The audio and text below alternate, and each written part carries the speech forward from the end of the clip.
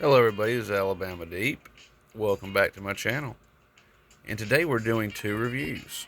The one on the left is a homage watch to Rolex's Submariner 1965. The one on the right is also a Rolex homage watch that has been iced out. The one on the left was bought off of eBay for $20. The one on the right was bought off of Wish for $35. So how do these two watches compare for what I paid for them? Let's focus on the winner. So the winner watch, the case is fairly well constructed. The Cyclops for magnification sucks. It does not have a screw down crown, which I find disappointing. And the band itself, the bracelet, is hollowed out links, which shows the cheapness of this watch.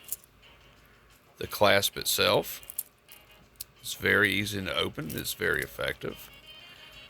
And there is an exhibition back showing the movement of this watch, which I personally would not want to show off because it's an extremely cheap movement. Even though it's an automatic, it does not 100% do what it needs to do. The spoon on this watch is very clumsy, and trying to get it to spin does not happen as well as I would like it to. Rolling this watch, winding it, shall I say, I'm sorry, is an absolute nightmare. I can't do it. It's very hard to do. But that's probably because the gasket within the stem of this watch for water resistance is firm, offers proper pressure, and I have worn this watch while washing dishes with no leaking issues whatsoever. This is not a ceramic bezel. It's aluminum, just like the 1965 Rolex Submariner version is. It hosts Mercedes hands. And the movement powering, as far as I can tell so far, is a 2813. Extremely cheap 2813. But believe it or not, it holds decent time. This watch loses, from what I've seen so far, 3 seconds a week. The beat error was a 0.8. And man, I tell you what, you find a $20 watch that's going to be as good as what that one is. I guess I got lucky, maybe. Let's move it aside and let's bring in the iced out version. This came off a Wish. It was $35. It is powered by quartz movement. The refraction and reflection of light from the stones is miserable. When you're out in the sun, you do get the breaking down of the spectrum into the beautiful rainbow colors from what we appear to see as a white light only from the sun. However, indoors, it's not nearly as good. Quartz movement does not have a screw down crown. It does not have a screw on case back that pops off. Water resistance, I'm assuming, is probably not the greatest. The bracelet, the clasp, it appears to have a little bit more into it than what the winner does. However, this is lost to the type of stones used in the bracelet and on the case of this watch, aka poor quality stones. But what do you expect for $35? This watch is a good copy of the more expensive ones that I have seen selling up to $1,000. The main tell sign, though, however, is the amount of light the stones break down from our sun, and you can tell that obviously the stones are not anywhere near real. The bracelet is better quality than the winner. It does not have hollowed out links. They're all solid. They use pins.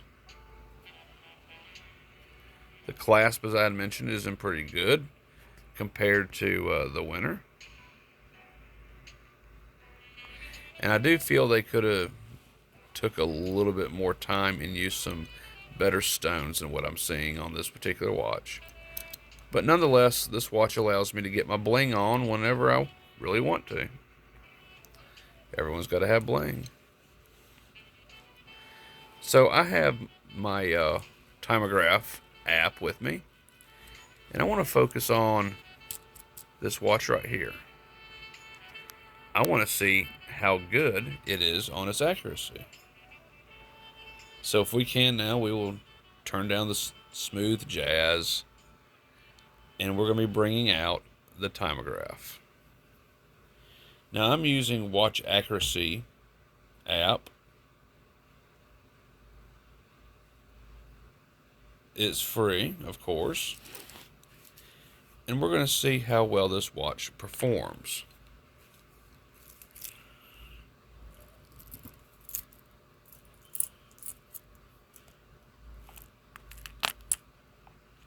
Oh, yes.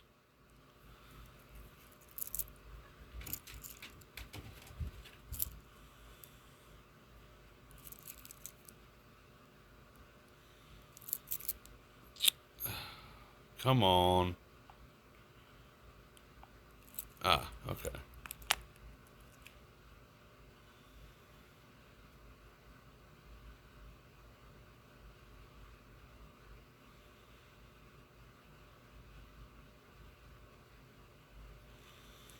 I'm trying to get a good read on it.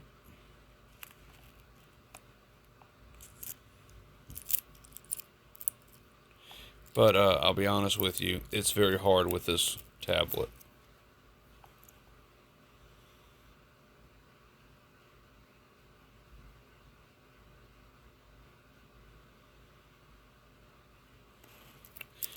Very hard indeed.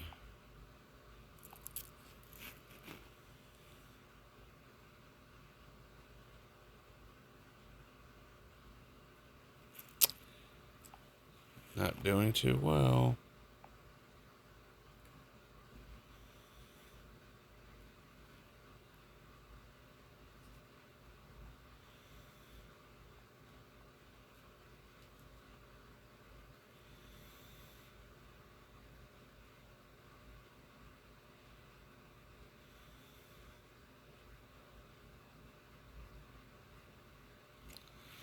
And it's gone. It can only pick it up for a brief second. It's not doing too well at all either which way. I really need to get a microphone for this.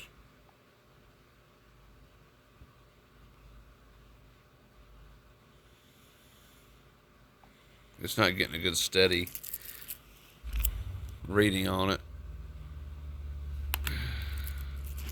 Let me try it one more time.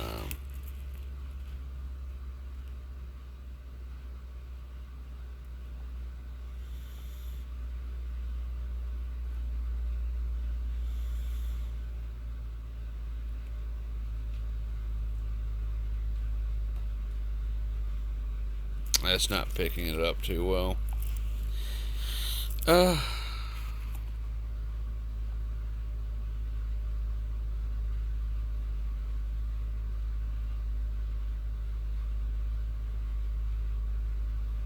Yeah, I can barely hear it.